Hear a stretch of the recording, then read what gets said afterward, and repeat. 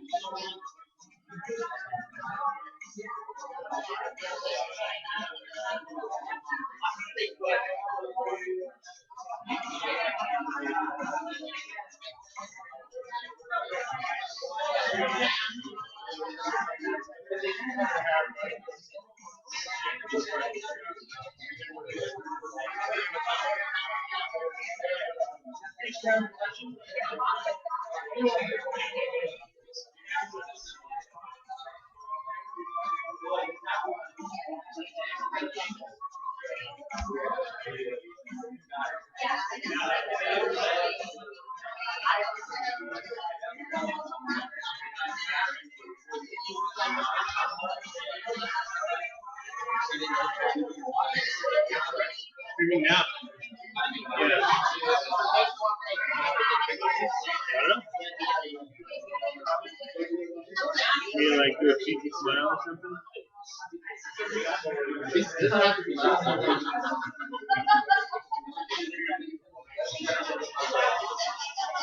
Take a look.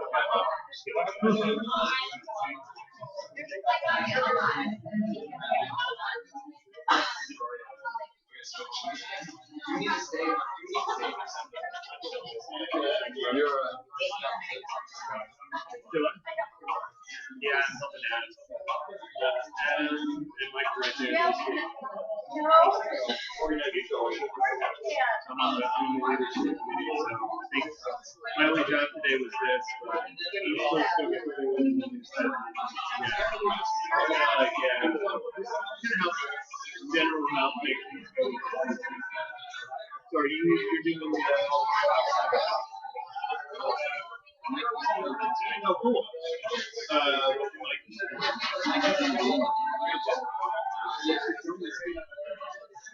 Yeah.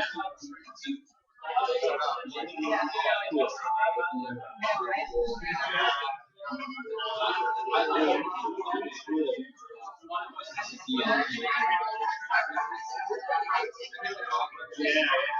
So what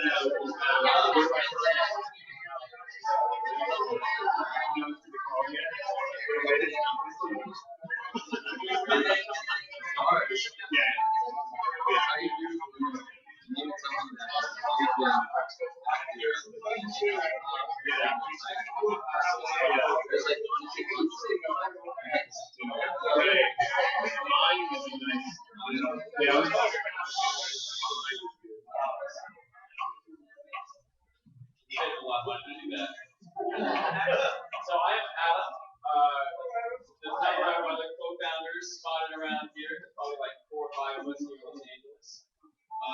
Welcome to ConsciousnessHacking Los Angeles.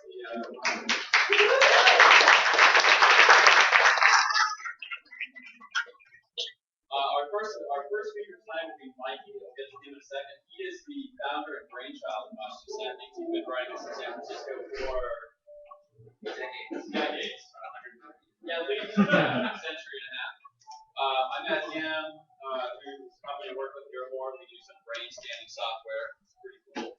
One thing that I'm really excited about is seeing how Los Angeles changes shape versus like the Bay Area. The Bay Area tends to be really tech heavy, and a lot of like putting electrodes on your brain, which I'm totally into, don't get me wrong.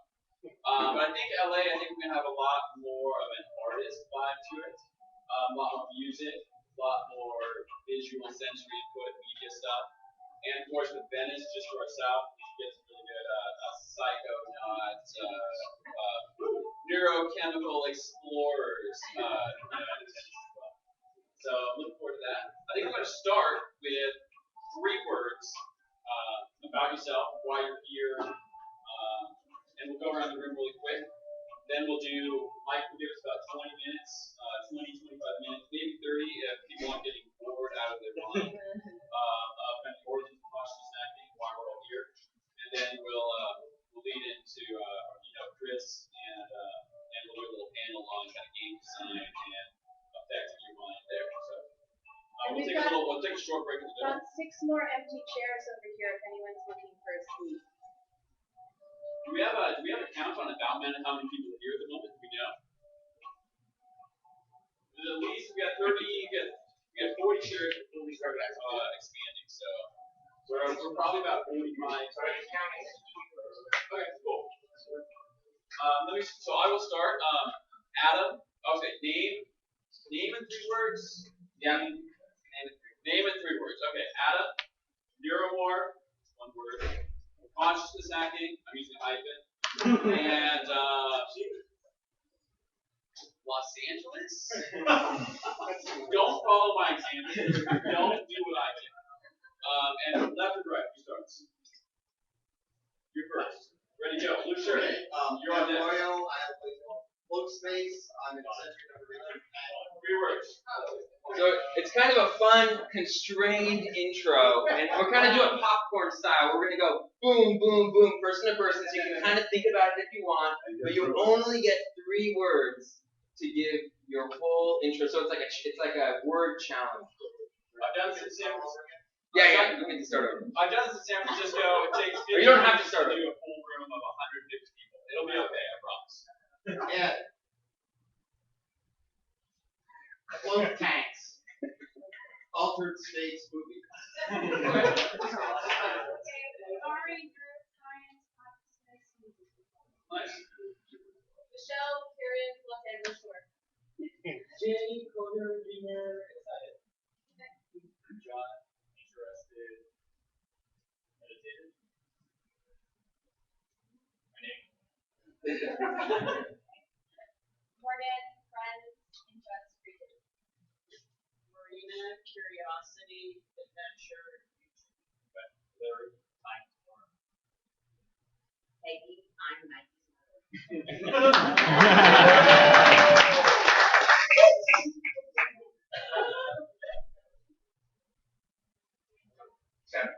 Stuart.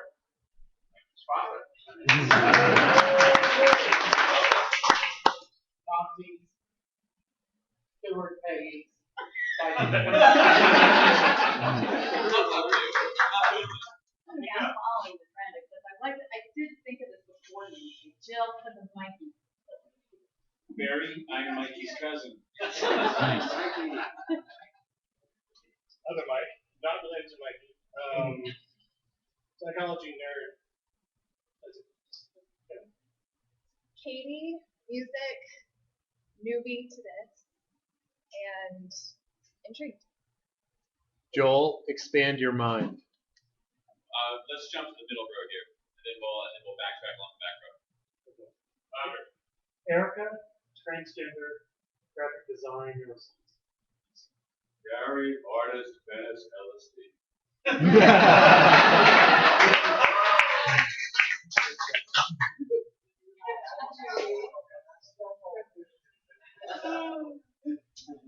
Jonathan, curious, interested, even more curious.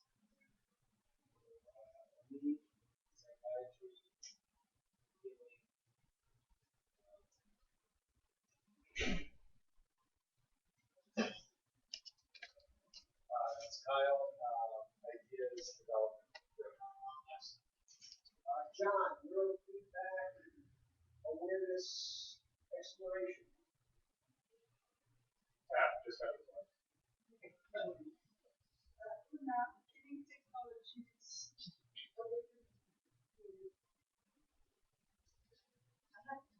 Listen to my name? Yes. Okay. Natalie, modern mystic, wild woman, consciousness. Ryan, curiously conscious. Ibrahim, programmer, Louis. Well, jump to you, Megan, moving back here. and let's jump to the pea gallery over here. Do the yellow shirt. Looks strange. Good that. Yeah, but I heard the one quote too. Big word. Alina, Elaine, ConsciousnessHacking. Clayton, working in San Francisco. Ryan, music, beats. I'll go that one, Ryan.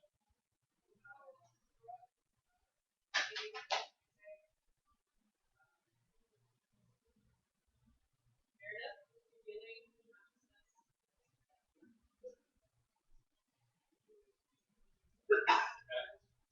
Steve, sitting, chair.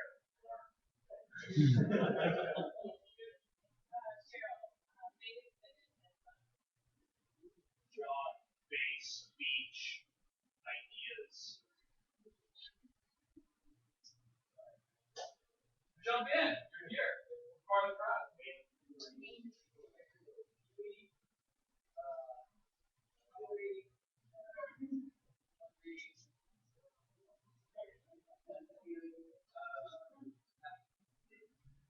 not bringing food and drinks. That's my fault. Next month it will be different. I apologize. Okay. I don't need this. Nice. Chrissy, like when Allison danced. Michael, video games, engineering, That's our keynote speaker, by the way.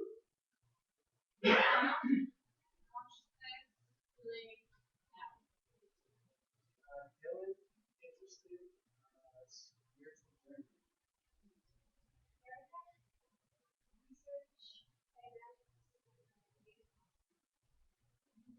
Sam, silent, EEG, other feedback, And last week I went to the last lecture. Parsum consciousness is unhackable. All right. Command, law, finance, tech. Dougie, wellness, technology, entrepreneurship. Annie, nutrition, gastroenterology, and psychology.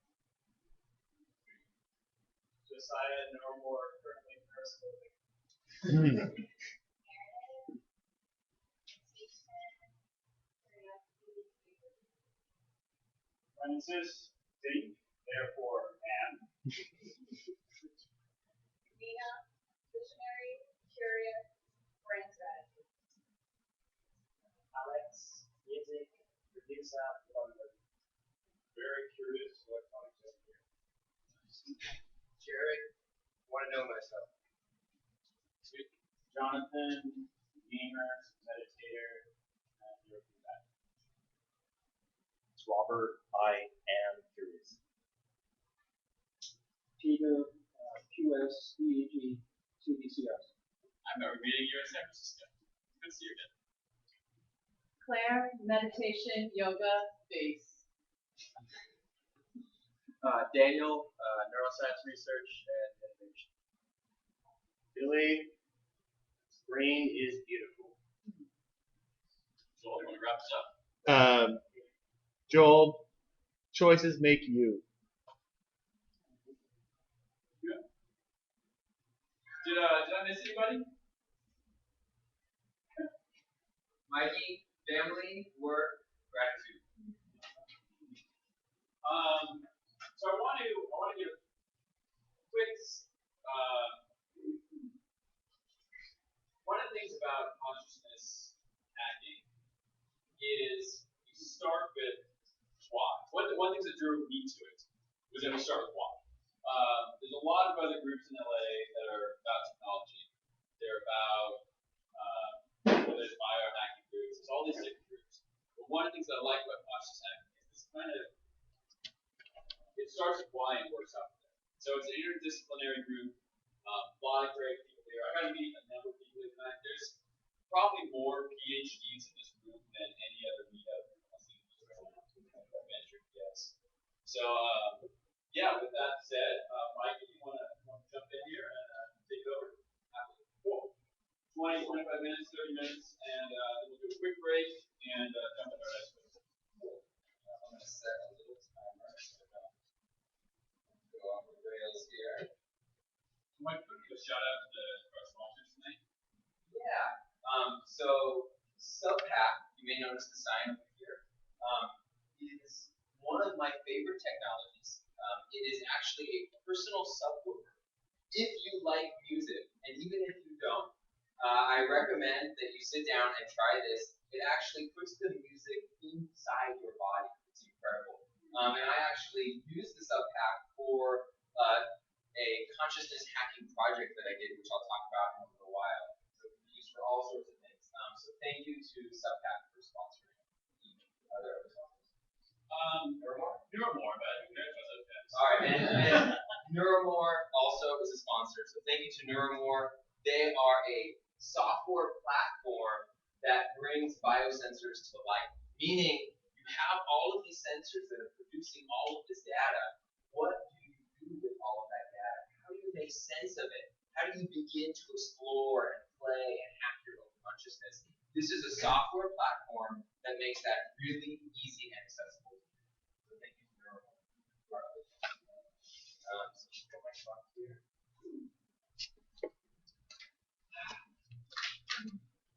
Thank you everyone for being here. This is really incredible. This is a great sort of first time family plus non-family life merging together. So this is really exciting to be in front of all of you. I wonder if we could start this with a little bit of old school consciousness hacking, just to kind of get the group a little more motivated. I wonder if we could take a few breaths together. Does that seem okay? So we can all sit up straight in our chairs. Nothing crazy. Maybe close our eyes. And we're just going to do 3 breaths. And as we breathe in, we're just going to imagine breathing into our heart area and just feel maybe a little bit of gratitude for the fact that we're at this meeting with a bunch of interesting people that we may not have met before, that may have these kind of interesting shared passions that we may disagree with, but people that we probably enjoy talking to and connecting to. It's just amazing that we can be here. So let's take a nice breath in.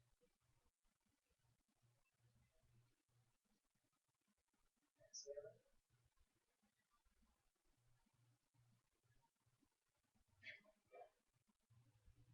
Another breath in.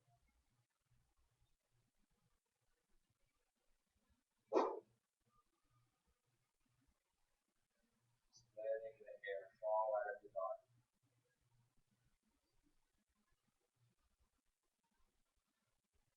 Final breath in. And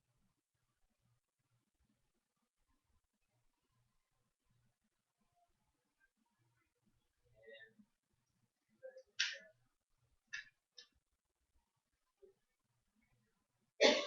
So I figure I'll start with just a little bit of a personal story, because that's the easiest thing for me to talk about.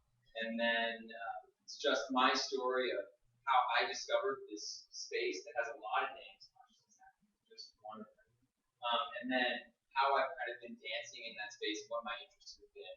And then I'll move through some examples of projects that I've worked on, and then some other examples of projects that are beginning to emerge in this space. And then I'm going to go on after that to talk about consciousness hacking a little bit and what I see it becoming. It still feels like something that's in the early stages, but in 2 days I'm going to Santa Barbara to open the first consciousness hacking meetup in Santa Barbara. And tomorrow at 9 a.m. I Skype into Vienna to help them with their first meetup. So there's a lot of cool stuff happening in the consciousness hacking world. So I will give a little spiel on that. I don't have any slides. I decided it was just better to kind of speak from my heart and let it all flow and just connect with you guys at a personal level. And I hope that I'll keep it short. And at the end, we can have sort of a conversation where you guys can express your feelings about what I've talked about, or maybe questions you have, or I love concerns or criticisms about what can and can't be hacked and what that even means. So I look forward to that being a conversation. So in my story, my background is actually more or less, you could say, a traditional engineer. I studied computer engineering, and then I sort of hit the engineering pod and got to study robotics at MIT for my graduate work, which was kind of this dream come true. And so I was doing this robotics work, and I was actually working with these social robots, the kind of thing you might see in a sci-fi movie. So these robots that have facial expression, that show emotion, that are responding to human emotion. We were really working at this frontier of the relationship between humans and technology.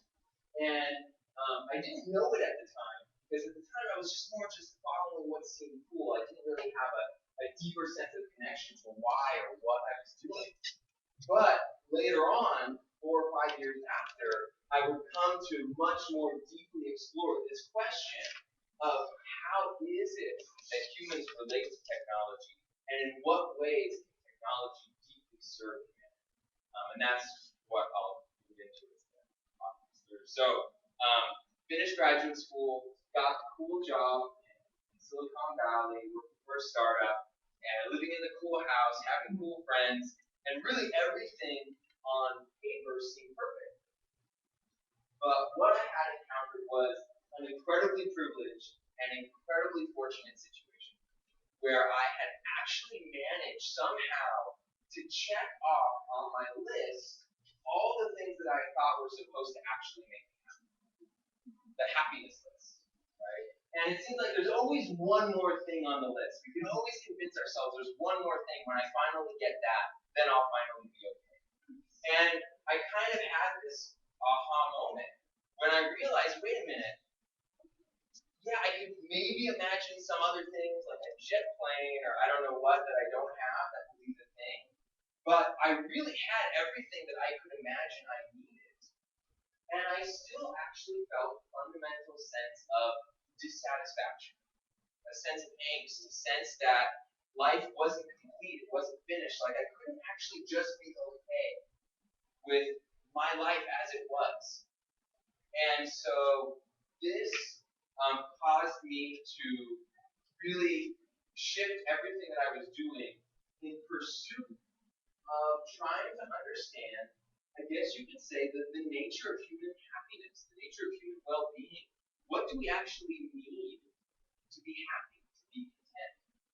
And I quit my job, and much to my parents' very subdued concerns, thank you. And I went off on a search. And I went off on this search with an open mind, but also the kind of science and engineer skepticism.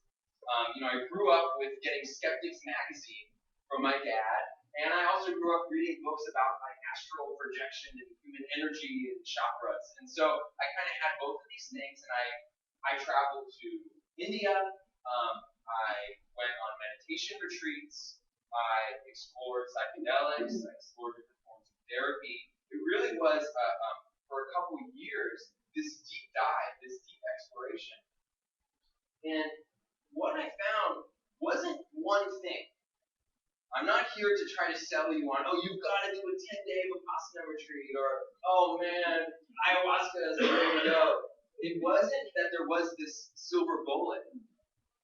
What I realized, both from my own experience, but also from having the great fortune of connecting with a number of really incredible people, is that we are only slightly, barely tapping the potential of our human capacity for well-being, for a sense of peace, for a sense of connectedness both with ourselves and each other, a sense of love, a sense of compassion, a sense of empathy. The types of things that we pretty much all agree are the things which we're in one way or another sort of searching for. And these things are actually not out of reach. And not only that, what I realize is there are thousands of years worth of ancient tools and technologies that are already designed and already work to actually help to facilitate these types of experiences. And there's actually no shortage of people that are actually experiencing reality in a very different way than we are. And I'm not saying that there's one form of enlightenment, there's one form of well-being. I just mean that there is a whole, largely untapped space of human potential that we're not actually realizing. And these people are already being shoved into brain scanning machines to look at their actual brain structure. People that have meditated for 10,000 hours. We are already beginning this search, right? The scientific community is already understanding the same thing that I'm talking about. And so, at one point in my search, as I started to realize that this was real and it was possible, and I started to see that there was already 20 years of, for example, meditation research, positive psychology research, Western psychotherapy research, that were already actually finding a lot of amazing and interesting things. That there was this completely unnecessary artificial divide. Because when I looked around, what I saw was that the technology in my life was actually serving the opposite purpose. The technology that was around me was actually designed for distraction. It was designed to externalize my attention. If your phone does not distract you, then it's actually broken and you should take it back to the Apple store to get it fixed. Because that's actually what it's designed to do. And not because it's evil or bad at all. It's incredible, the technology that's around us. I'm not against any technology. Sure, technology can hurt people. We'll talk about that in a second. But I'm not here to say this is an either-or kind of question. What I'm saying is that our scope, our sense, our vision, our collective interpretation of what technology can be is so insanely limited compared to what technology can be. Because no reason other than the fact that we just haven't imagined beyond these boundaries. And so right now, largely, the technology that we interact with most is simply serving us information.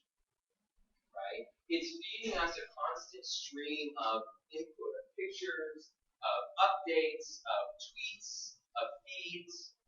And if we think for a second, and we actually look at what both 3,000 years of spiritual traditions have said, but also completely agreeing modern neuroscience, you can point at one of the causes of this rampant human suffering as a dysfunctional relationship with our own mind. We have this sort of out of control sense of self, this sort of voice in our head, this narrative self that is constantly criticizing us, trying to control our experience, that is convincing us that the people at the table next to us are saying bad things about us, that, it's really endless. It keeps us up at night as our mind continues to churn and churn and churn. It breaks relationships, destroys jobs, it causes war, grief, famine. This conflicted mental space that we live in is ultimately the cause of so much aggression in the world. And that is exactly what is being mirrored in the technology landscape around us. As our minds are essentially addicted to thought, addicted to a constant stream of activity, we become addicted to it in the external world as well. So we constantly are checking our updates, looking at what's next. And what I personally have come to see, to realize, is that not only is there a union, so what I've come to realize is that this is an artificial separation that's happening between this technology landscape and the things that are becoming popular, things that we might call mindfulness, or yoga, or other forms of meditation that are, for many years have risen in popularity, died in popularity, risen in popularity, but are still actually on the whole growing. And we kind of have this sense that, okay, either the only way to actually get mental peace and well-being is to unplug, right? And I have to make this decision between technology over here and well-being over here. And the two are at odds with each other. And what I would like to propose is that separation is completely historical and artificial. And it's an unnecessarily imposed cultural divide. And that if you look kind of big picture and you say, well, what is meditation? Right? It's not like some magical gift from God. It's actually a human technology. Meditation, Western psychotherapy, all of these things are actual human inventions that are designed to change our relationship with ourselves and other people. Right? And so, what is stopping us from saying that the same exact purpose, the same exact goal that we try to achieve with these ancient technologies that are based on written and spoken language, who's to say that we can't actually build modern technologies to achieve the same exact thing? Why do we believe that somehow our phone or technologies that we wear on our body, or the technology landscape that we're totally being, increasingly being surrounded with, why do we believe that those technologies can't not only serve the same purpose, but do so in a more efficient way? Meaning that this is an evolution, in a sense, of those ancient technologies.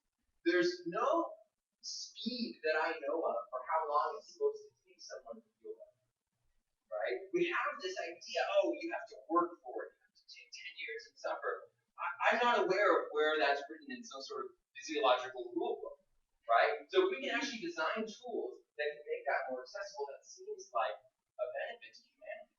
And the other thing about technology is it is much more culturally and universally accessible and appealing than traditional tools that are based on language, religion, spirituality. The moment you espouse some belief is the moment you create division. The moment you divide a group into people that agree with it and people that don't agree with it. But how many people, philosophically disagree with the cell phone? I don't think cell phones exist, or something like that. Cell phones are essentially universally recognized as an incredibly useful and valuable tool. When I was in India and I was working with and living with these sadhus, these people that literally are naked, the only thing they're wearing is ash covering their body. They have a cell phone and they're on their cell phone. It's incredible. I mean, this is a totally ubiquitous and universal technology. Can someone turn off this thing? And so, technology has this incredible advantage of actually having the potential to be distributed in mass on a massive scale in a very short amount of time, and it also has the potential to be more effective and more potent than any of the traditional tools and technologies. And so,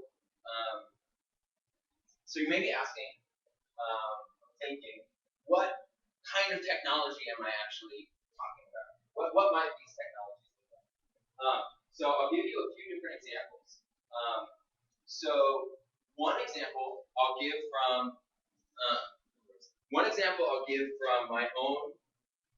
Just checking the time. So one example I'll give from my own work, or a couple examples from my own work of some of the projects that I've been working on. And then I'll give some examples of projects that are emerging in the marketplace right now, because the amazing thing is that this is already happening, right? So this isn't this sort of distant, fanciful, philosophical possibility, but actually what I'm pointing at is this sort of frontier that is moving forward, and there are already many signs of it actually emerging into the marketplace, and this right here, this room, just happens to be the very, very cutting edge of that frontier. So a couple projects that I worked on that are sort of examples of what consciousness hacking can be.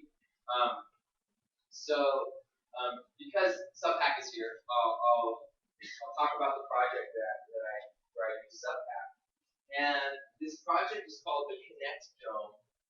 And the goal of the project was to explore how can you use technology to create a deeper sense of connection, trust, and vulnerability between two people.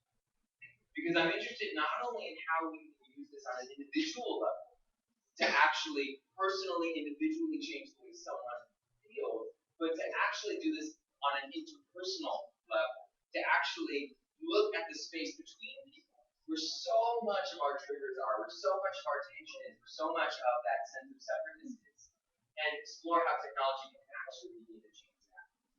And so I created this space. It's a dome about 9 feet wide, and two people come and they sit inside of it, and they're facing each other, and their backs are against this sort of big, intricately cut wooden mandalas, and it's all white inside this kind of nice space.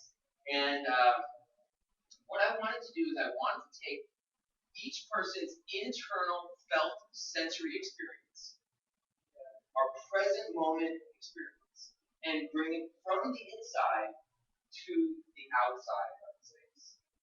And so each person has two sensors. One sensor is measuring their breathing, and one sensor is measuring their heart.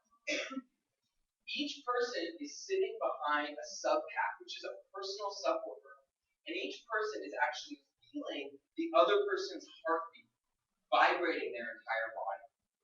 And this is something that people describe as sort of feeling like they're in the womb, what it might feel like to be with your mother's breast.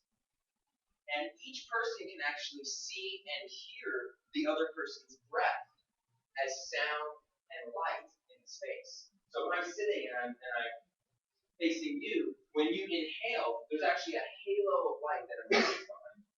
And as you exhale, the halo goes to total darkness. And as you inhale, there's a sound of an ocean wave cresting. And as you exhale, the ocean wave crashes. And we're in a space that's totally dark. And what this is actually supporting is a few things.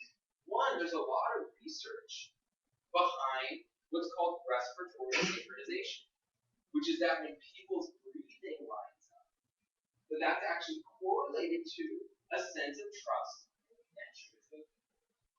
Well, all of a sudden, both people's breath are actually outside of themselves in space.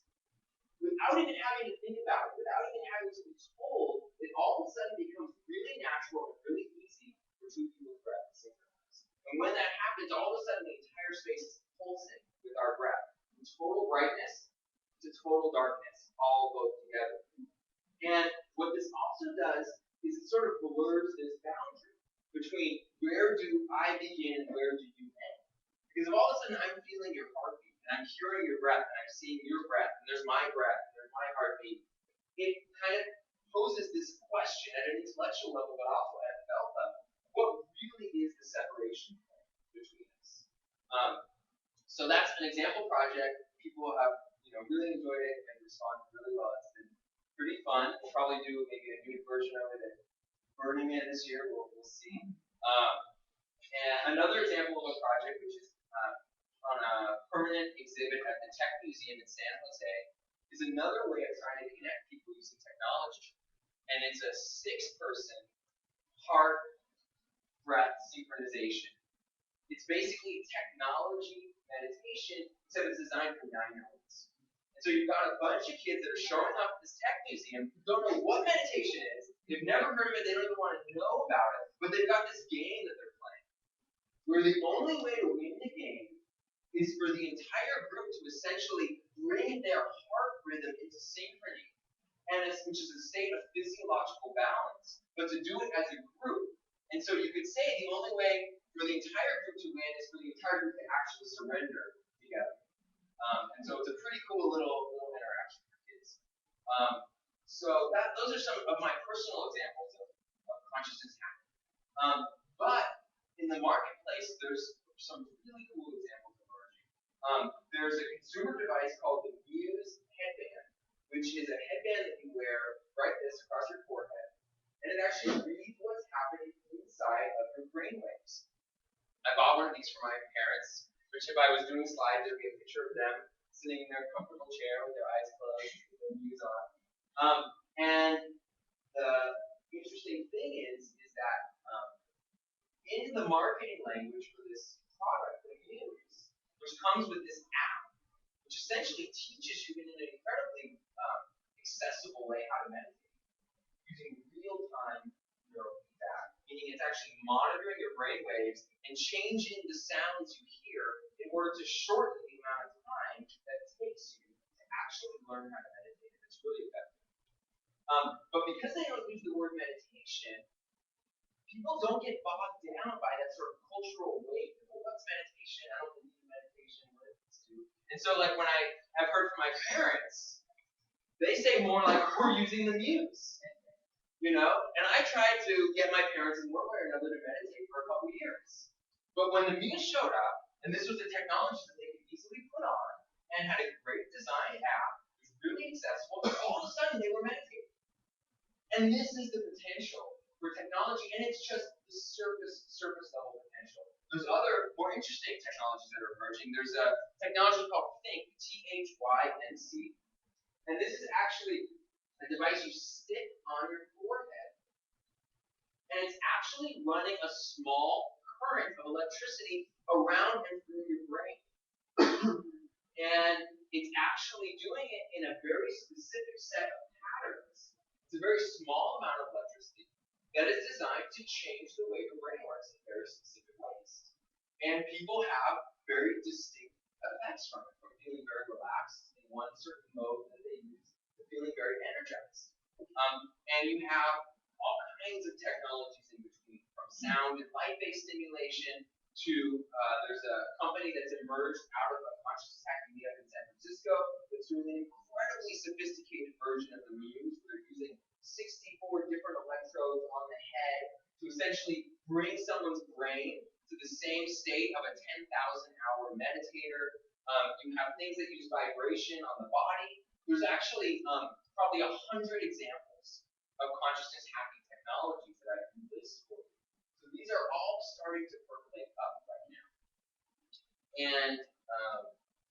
And so I looked around and I saw this happening, but I saw it happening in a totally distributed, disconnected way where there was no name for this. There was no cohesiveness. There was no communication. There was no way for one person who was doing it to connect with another person who was doing it. And so when I sort of put up a lighthouse and I said, hey, I'm into this, and I'm starting to explore it, I started getting inundated with people that were like, hey, I'm an engineer, I'm working at Google, I want to quit my job and I want to start hacking consciousness, what do I do? Or, hey, I'm starting this company, how do I connect with people? I'm doing this, and I realized there was no channel of communication. And I literally couldn't keep up with the amount of requests that were coming my way. And what I realized was what was needed was to create a community that could actually bring all the people together. Because this space is so much on the forefront and is so much on the edge that no one actually even knows how to connect with each other. There is no existing community that I know of that is thinking about this in a completely open way where they're first stepping forward with the questions instead of stepping forward with the answers. And so that was how consciousness hacking was born.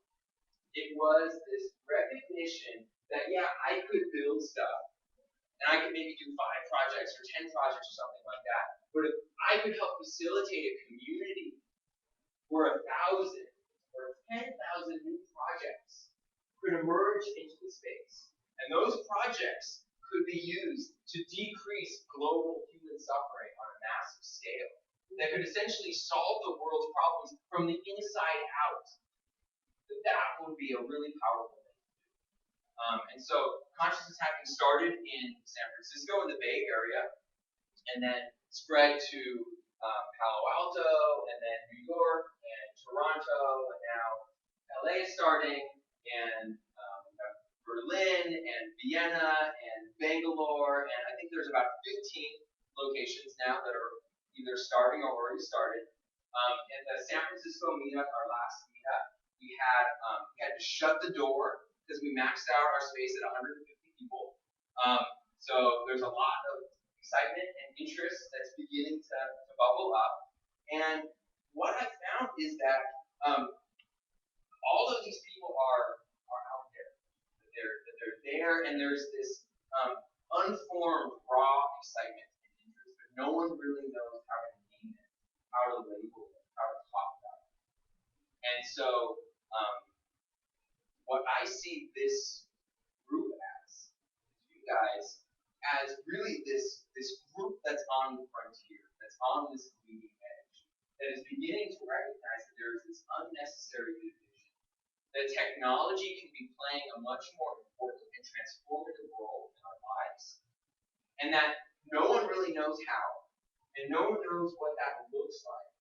But you are all willing to step into that unknown, to step into that mystery, and ask the important questions, ask the big questions, and connect with each other, and use the new technologies, build the new technologies, actually be the ones to create this future relationship between human and technology.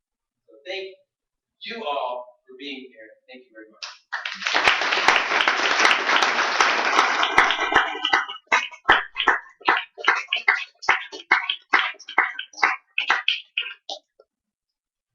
talked for a long time, I think. Let's see. Oh, yeah, I'm in trouble. So, I talked for a while. So, Adam, what do you want to do? What questions? Sure. Okay. Yes. Yes. I appreciate that. I would. So my concern with exporting all of our ecosystem technology is that we become dependent. Yeah. We become, for example, we use now GPS everywhere we go. Yeah. We don't have the understanding of, oh, the moon is here, the sun is here, and where stop we have no idea. So my concern with consciousness, even what happened to explain, that consciousness trying to put quality into it, is that we're actually becoming dumber and dumber, and we're becoming number and number, and less connected. Now, the projects you're describing are amazing, incredible. But my concern with what's happening with our inner, both heart, soul, all the experiences we've had, there's so much wisdom there. That's all starting to get exported into machines that are very masculine. And masculine, not to say men or women, just they are mental, they are machines, they're machines. So yeah, so that's for me, it's really concerning. So, thank you for bringing that concern up. And your concern is not only valid, but it's true. Meaning, what you're pointing out not only can happen, but I guarantee it's already happening and it will happen. Because everything that's possible will happen, right? But that doesn't mean that it has to happen, or that's the only aspect of it, right? And this is really an aspect of the history of our relationship with technology. So, for example, how many people, if you were dropped off in the forest, would be able to survive? Almost none of us. We really, as almost this contract we've made with modern society, we have lost a certain kind of knowledge, a certain kind of understanding. And so the question that all of us need to grapple with is, how do we do this right? How do we create technologies that really are a balance of the master? How do we create technologies that don't just, do what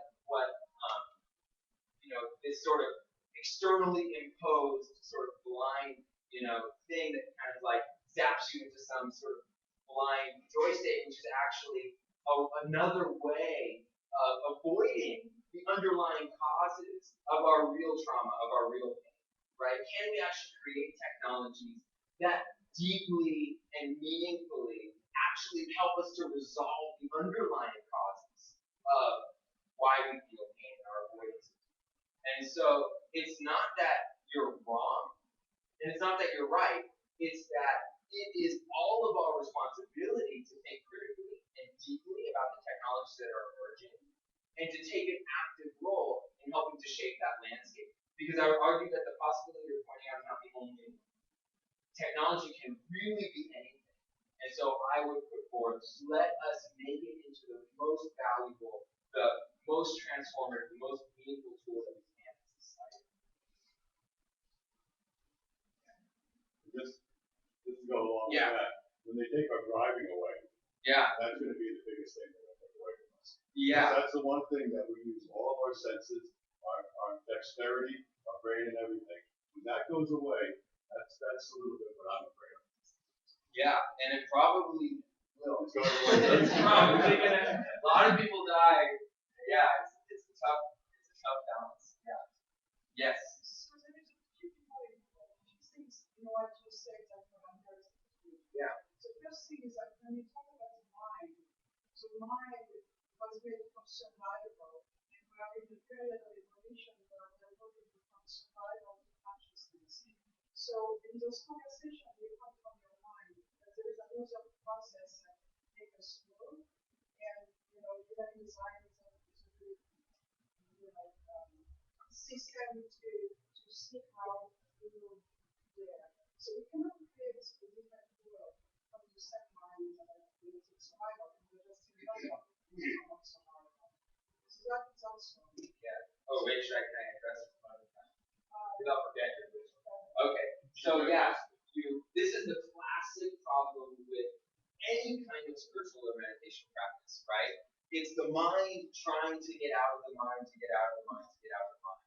And it's one of these double-edged swords because it's actually the only way that any of this works. Not the only way, but it's a very useful way. Not in the way that we use it.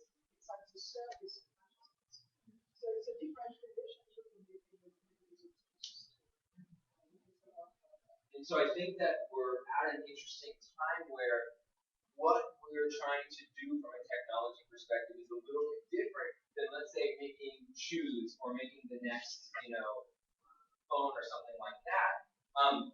The individuals creating the technology itself all of a sudden have a newfound responsibility to actually be grounded in their own experience.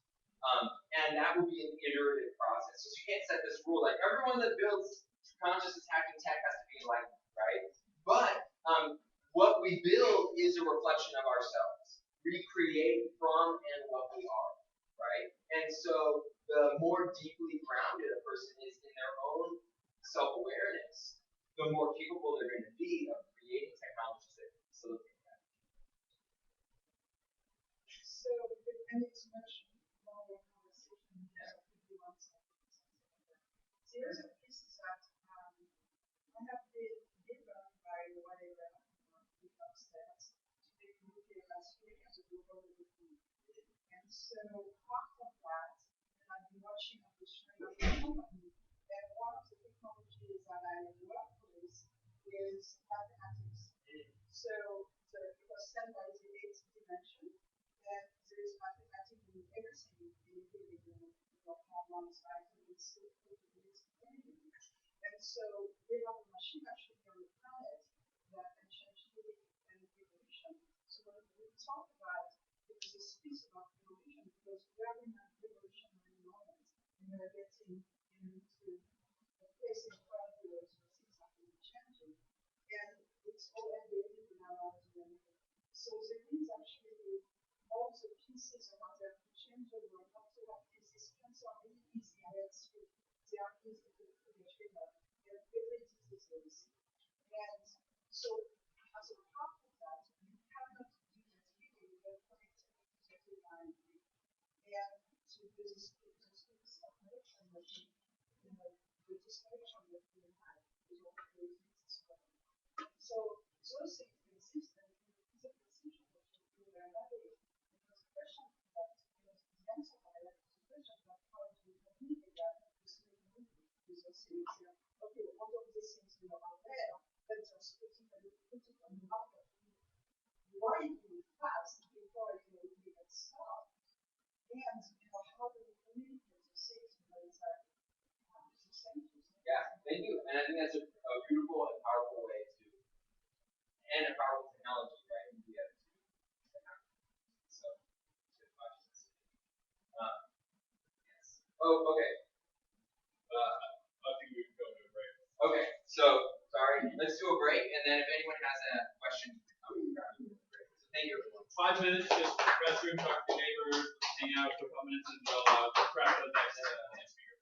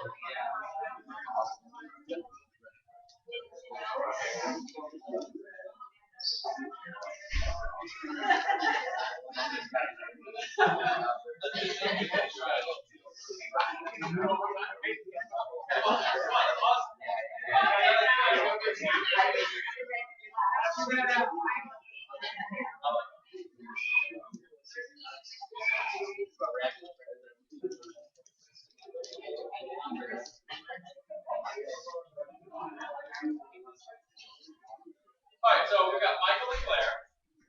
Claire keeps telling her name is Claire. I think it's Fred. She keeps saying it's Claire. So we're gonna go with Claire at least for the next 20 hours to get sorted. And I'm just going to let you guys introduce yourselves. Both clever, smart, I highly recommend it. So yeah,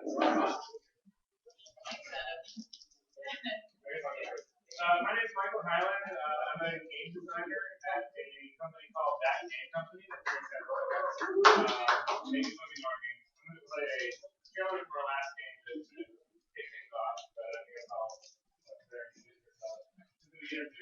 Yep, I'm Claire Thompson. I'm a meditator, meditation teacher, yoga teacher, musician, and very interested in neuroscience and consciousness. And I was asked to come and interview this gentleman because he has very, very interesting intersections between technology and mindfulness and kindness. So I guess I'll play this trailer. It deals with imagining what the possible sounds like. That would definitely hack your consciousness better. We had that signal for your range.